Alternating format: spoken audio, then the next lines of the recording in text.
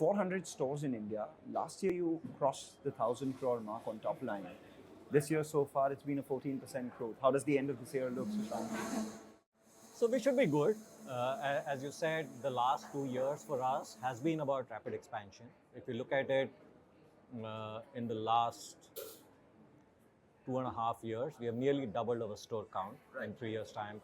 We did 50 stores, we then did 70 odd stores last year, and hopefully we'll break that number this year. We are 410 stores as we speak. We opened a new store this morning in Varanasi, which also takes us to now, I think, 60 odd cities. So it is not just about the store expansion, it's also about the places that we have been to. Typically, quick service restaurants do anywhere between 18 to 20% as EBITDA margins. Starbucks, we know, is profitable. So what's the kind of EBITDA margins that you guys operate at?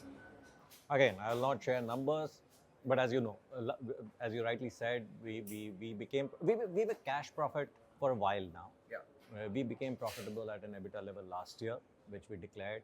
And I think that was something that was actually very a sense of pride. And in some ways, it also gave us the confidence that we now know the model well. Because it came on the back of rapid expansion. Right. It came on the back of a contraction in the base numbers because of the previous 2-3 years in terms of COVID. But irrespective of all of that, to come back, grow stores, invest behind much higher number of stores, and still crack the profitability parameter, I think gave us the confidence that we now know enough about this market and where we want to go. But the rapid expansion plan is still on. You'll be opening one store every 3 days for the next 2.5 years, as I can see. What's the kind of investment that you're making per store? Roughly 2.5 to 3 crore? Again, I will obviously not share numbers, but for us, the store is what is most important. And we are proud of what we achieve in that. Having said that, we obviously understand the financial guardrails and will continue to have a strict control on that so that we continue to be profitable and get the right returns. How is the revenue mix of a store typically for Starbucks? What proportion comes in from hot beverages? How much of it comes in from cold beverages? We are speaking around summer right now. You've launched a new product. What proportion comes in from food? And in that as well, how much is sweet? How much of it is savory? So, in terms of numbers, if I look at it, it differs from season to season, as you said rightly. It also depends in terms of markets. Certain markets in the initial stages we see there is more preference for blended beverages, which is our frappuccinos. And as the market matures and there are more people who come in and understand coffee, there is a movement towards espresso. Okay. Right? So that is the typical pattern. So in some sense, because Mumbai is the oldest market, we would have more of espresso drinkers here, and hence people having more of Americanos or the lattes, the flat whites. We are a tea drinking nation. Coffee penetration is still 25% among the affluent or people that we are going to. So we need to create the category. And when you are creating the category, the easier drink to have is a blended beverage or a frappuccino. So the reason why I ask you this question is because I'm sure gross margins differ from category to category. So with you adding more stores, initial sales being from the blended category, is that good or bad for your margins? So I think, as I said, we now know what it takes to succeed. So we built it into our financial modeling in terms of how a market will mature and obviously you have done enough in terms of the middle of the P&L and the COGS to ensure that irrespective of this mix changes and in terms of the dynamics, you still maintain your financial guardrails. The competition right now. I mean, at the premium end, there are these artisanal brands which are perceived to be at a much better coffee quality level. At the lower end, there are a lot of these brands which are rapidly expanding, some of them being funded recently as well. Above and beyond all of this, when people are expanding, your rentals increase, the availability of real estate for you to expand the way you want to decreases. Right. So first and foremost, I always believe competition is good. That's the motherhood statement that everyone makes before speaking about competition. Right. And in our case more so, because as I said, we have to grow the category. Right. And if you have more players who are doing interesting work, then the category will grow faster and it's good for us.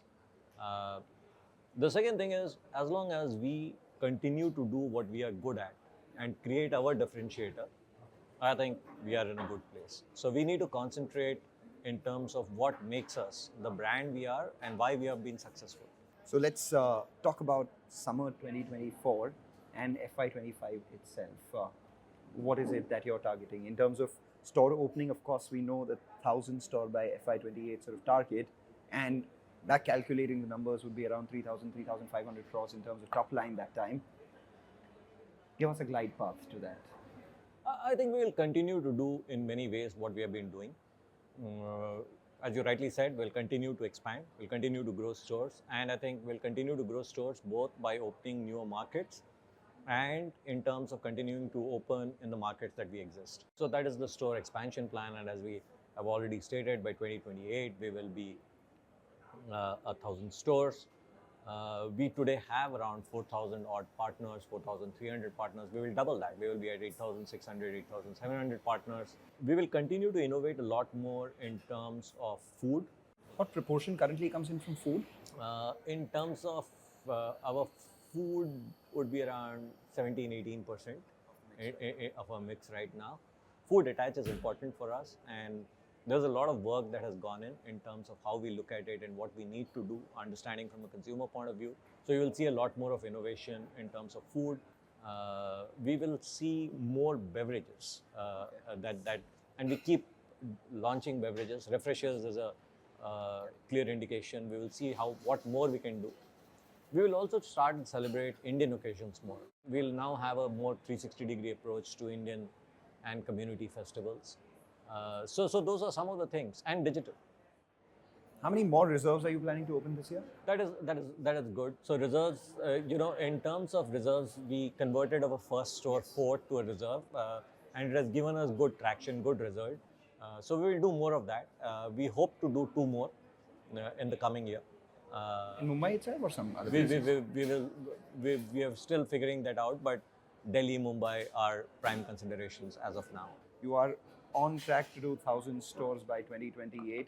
The current revenue run rate per store continues into 2028 as well. When you have 1,000 stores, the operating leverage will start to kick in, because now you've figured out the model of success out here. And with all of this, you will continue to maintain your leadership in the market, as it were. Would that be a... That would be a fair assessment. Perfect. Thank you so much, Sushant. Thank you so much.